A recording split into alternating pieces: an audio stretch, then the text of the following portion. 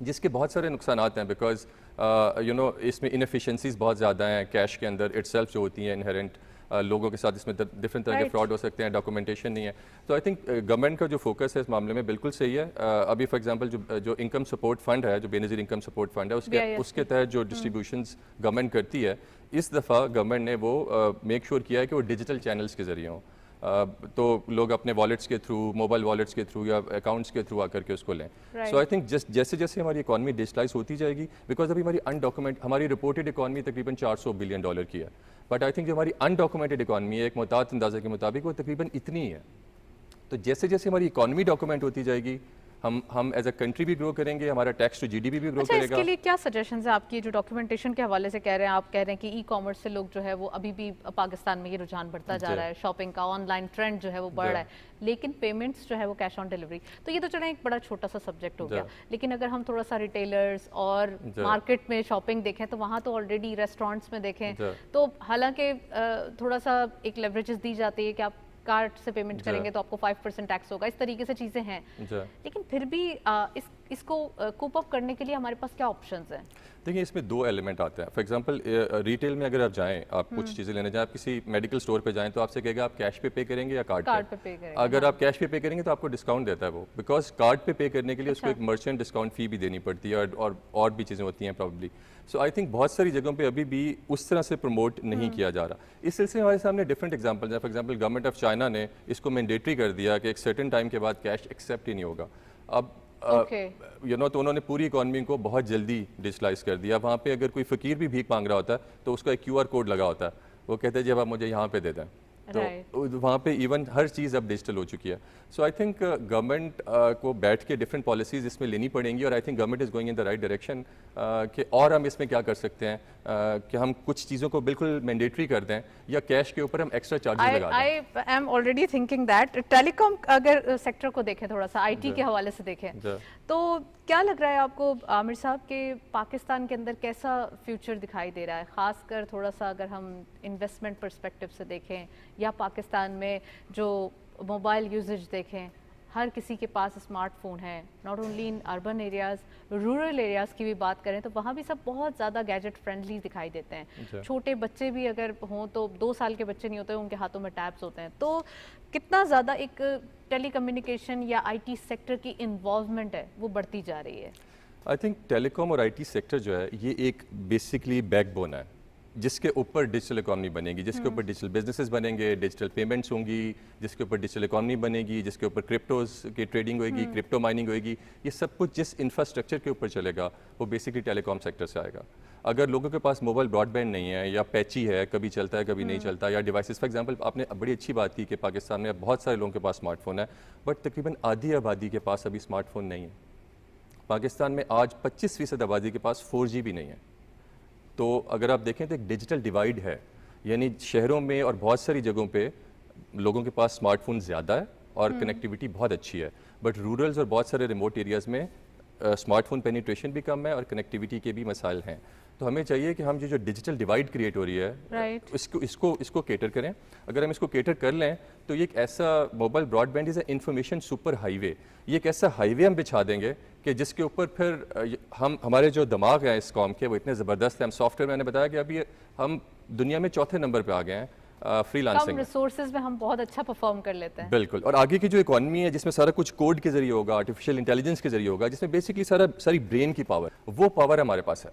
اس کو جس پاور نے ان لاک کرنا ہے انلیش کرنا ہے وہ موبائل براڈ بینڈ ہے وہ کنیکٹیوٹی ہے. اس کو ہمیں بہت زیادہ ہمیں کنیکٹیوٹی کو ایز این انیبلر لینا ہوگا. ہمیں لینا ہوگا کہ یہ اس چیز کو پاسبل کرے گی.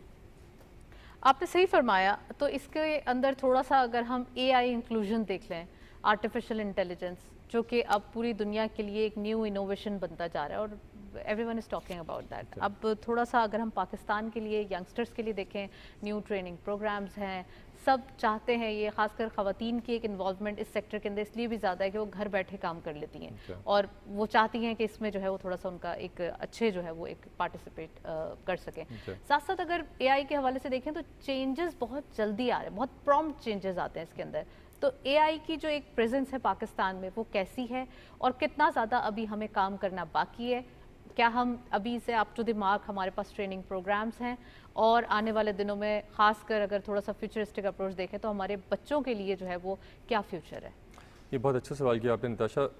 اگر آپ دیکھیں آرٹیفیشیل انٹیلیجنس یا مصنوعی ذہانت جس کو ہم اردو میں بھی کہتے ہیں, یہ آگے چل کے کیا ابھی سے ہی ہماری زندگی میں یہ ہمیں گھیرے میں لے چکی ہے اور ہمیں اس کا اندازہ نہیں ہے. اگر ہم اپنے فون کے اوپر جا کے کوئی چیز سرچ کرتے ہیں تو وہ ہمارا سرچ کا جو انجن ہے اسے کمپلیٹ کرنے کی کوشش کرتا ہے, وہ آرٹیفیشیل انٹیلیجنس ہے. کچھ لوگ اپنے فون سے بات کرتے ہیں کہ جی کہ یہ کر دیں وہ کر دیں, وہ آرٹیفیشیل انٹیلیجنس ہے.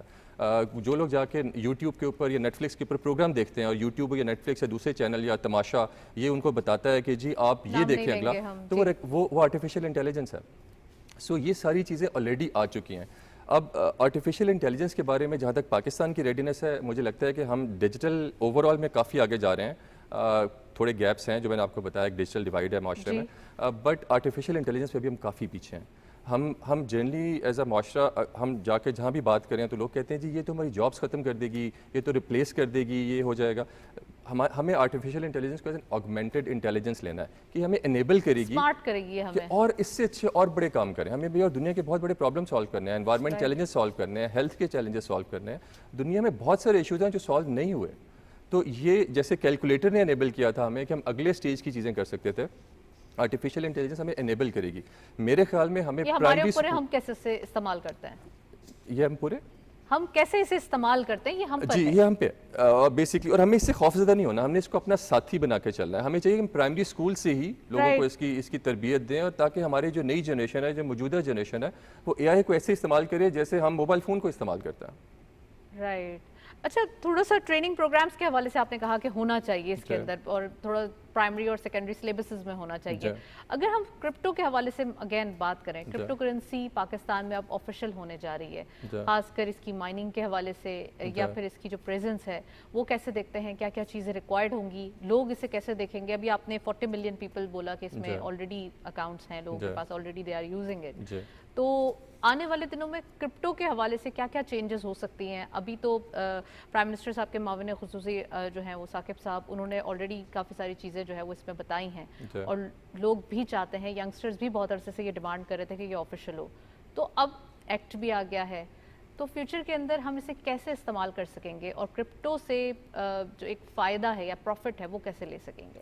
یہ اس کو آپ کو دو اینگل سے دیکھنا پڑے گا. ایک تو ابھی آپ نے اپنی ہیڈ لائن سے مینشن کیا کہ government state bank of Pakistan digital currency کی ٹرائل کرنے کی بات کر رہا ہے. وہ ڈیجیٹل کرنسی کرپٹو نہیں ہے, وہ ڈیجیٹل کرنسی ایک اسٹیٹ اونڈ آفیشیل کرنسی ہوگی, جو کہ بجائے ہم جو روپی کے نوٹ نکالتے ہیں, کرنسی نوٹ نکالتے ہیں, اس کے بجائے وہ پہلے دن سے وہ ڈیجیٹل کرنسی ہوگی, اس کا فزیکل پارٹ نہیں ہوگا. That will be state owned, that will be proper currency.